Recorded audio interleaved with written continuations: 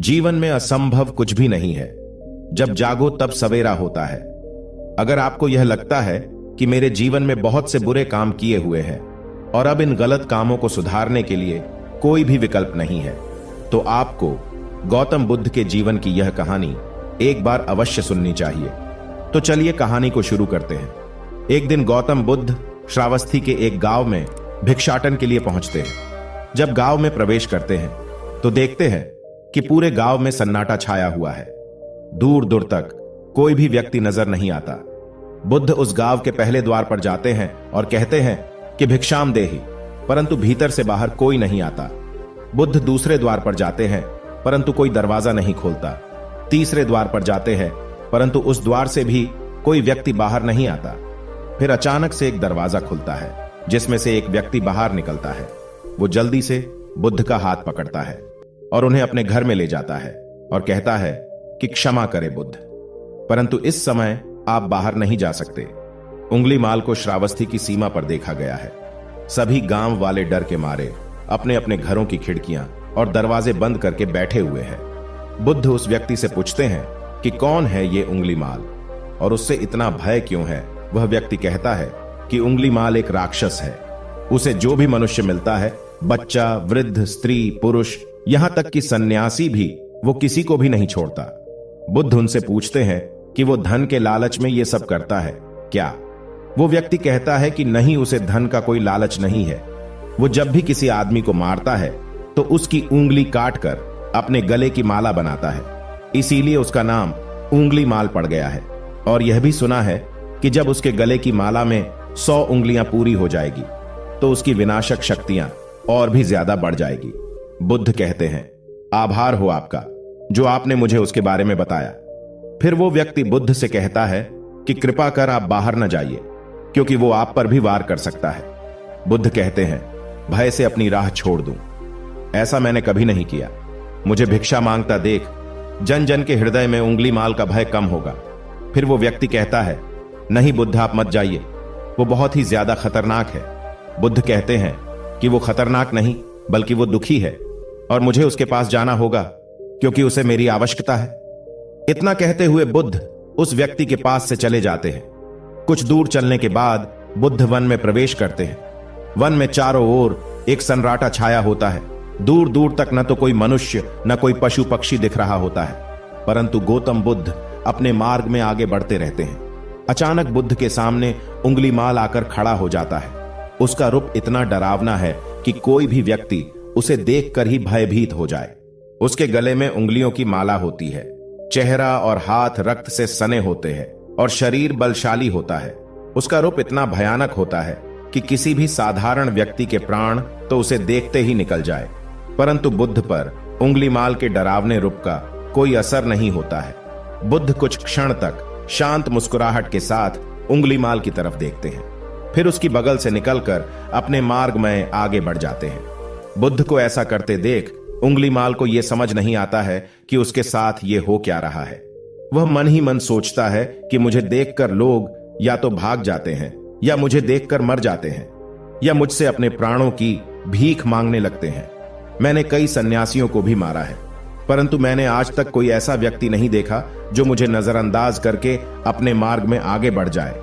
या तो इसने मुझ पर ध्यान नहीं दिया होगा या फिर हो सकता है कि यह देख ही ना सकता हो, परंतु मुझे इससे क्या मतलब, मुझे तो अपने गले की माला पूरी करनी है।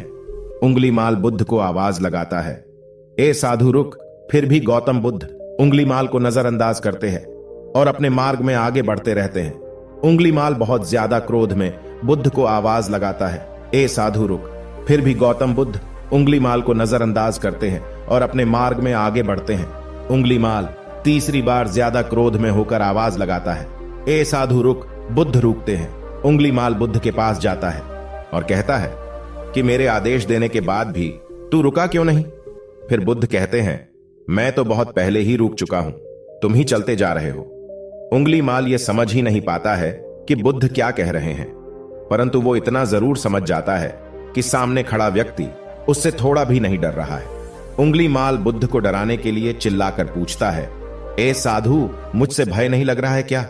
मैं आदिमानव हूं। बुद्ध कहते हैं कि नहीं, तुम मानव हो।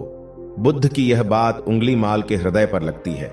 पहली बार उसे किसी ने मानव कहा था, परंतु वो इस बात को नजरअंदाज करने का प्रयास करता है और बुद्ध से पूछता है कि ए साधु, तूने ये क्यों कहा कि तू कब का रुक चुका है, जबकि तू तो चल रहा था? और तूने ये क्यों कहा कि मैं नहीं रुका? बुद्ध कहते हैं कि मैं बहुत पहले ही रुक चुका हूं, यानी मैंने ऐसे सारे बुरे कृत्य करना पहले ही छोड़ दिया है जिससे कि व्यक्ति को कष्ट पहुंचा सकते हैं।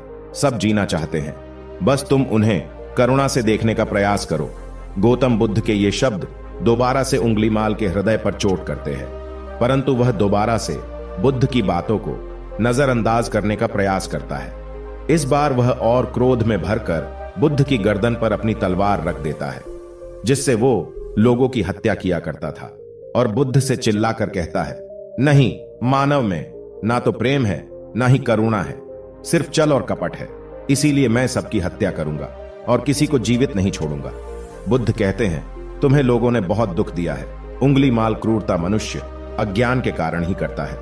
ईर्ष्या, द्वेष, मोह, माया ये सभी अज्ञान की संतानें हैं, परंतु वो व्यक्ति ही है जिसमें दया, करुणा और समझ का उदय भी होता है।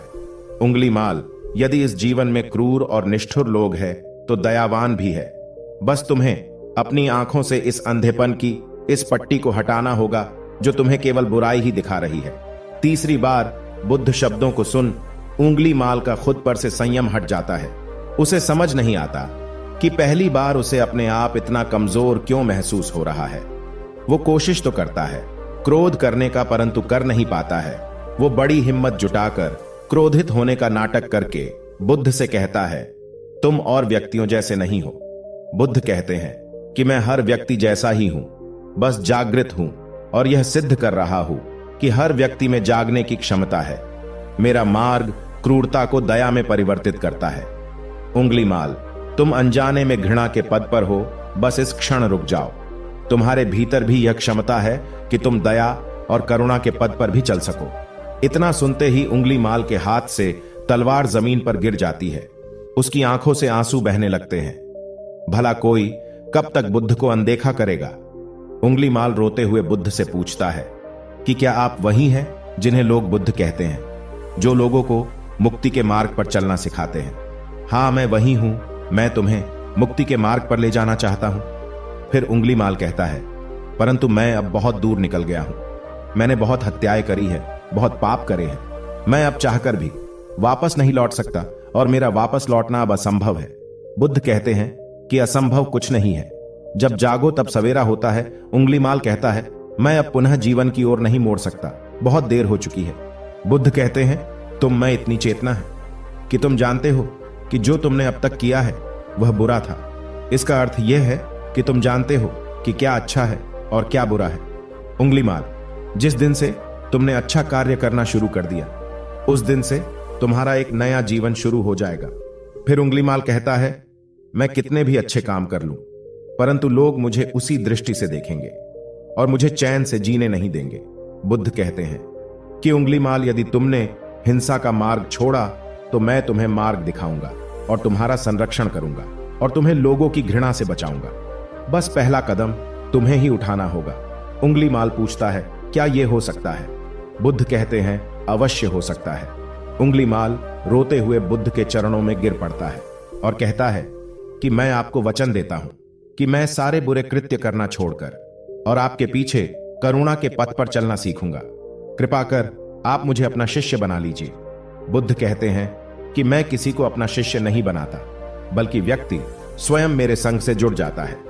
उंगलीमाल उसी समय बुद्ध का भिक्षु बन जाता है। इस कहानी से हमें यह सीखने को मिलता है कि लोग सोचते हैं कि उन्होंने बहुत सारे गलत काम किए हुए हैं, अब इन गलत कामों को सुधारने के लिए और कोई भी विकल्प नहीं है।